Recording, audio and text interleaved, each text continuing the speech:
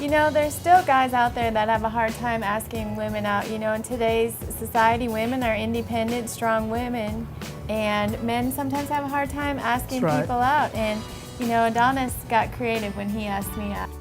No, that's right. You know, still as men, we don't want to get rejected. We don't want to be shot down. And so in our situation, I was an associate pastor at our church, and so I wasn't going to be a pastor to walk up to this single girl and say, hey, can I have your number? And I mean, I just couldn't do that, and I didn't want to be rejected either. So I got real creative. You know, I started a golf life group, and me and some friends were going out golfing, and I found out that Heather liked to play golf. And so I got real creative, and I went up to her one day, probably after church, and I said, hey, I heard through the grapevine that you like to play golf. I said, I have a golfing life group. I said, if you want to sign up with your name, your phone number, and email, then I can contact you and let you know when we're going to be going out to do the life group and go golfing. And so that's how I got her phone number, her email.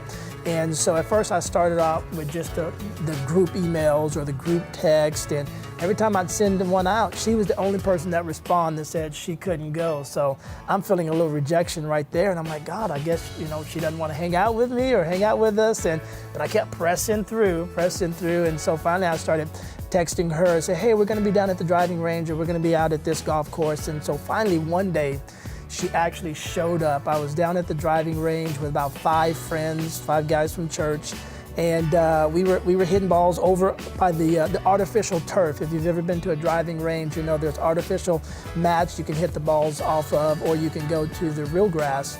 And so we were there on the artificial mats, and so out of the corner of my eye, I see this blonde girl. She gets out of her truck, and she starts walking closer to us. And I mean, she was decked out. Her golf bag matched her outfit. I mean, she looked like an LPGA player. So I realized, oh my God, that is Heather. And so I start freaking out because I don't want these guys to know that I like this girl.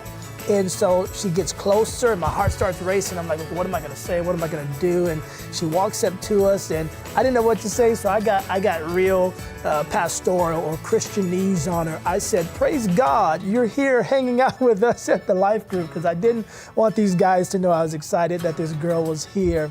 And the first thing that Heather said, she goes, I don't like to hit off the artificial mats. I want to go down here, and I'm going to go down here and hit off the grass. And so I start freaking out again, because I'm like, this is my first chance to actually hang out with her and be around her. And so I said the first thing that comes to my mind, I said, but no, that's not what a life group is all about. We're supposed to hang out together. And she was very persistent on where she wanted to go. So she goes, no, that's okay. I'm going to go down here and hit off the grass. So she started marching about 100 yards away from us. And I did what any other guy would have done. I looked at my friends and I said, grab your clubs, boys. We're moving down here to hit off the grass. And I've been following her every day since. And I'm glad I actually attended the life group finally, because I could have missed out on a great opportunity, and I probably wouldn't be married to this man right now. That's right. Play golf, America.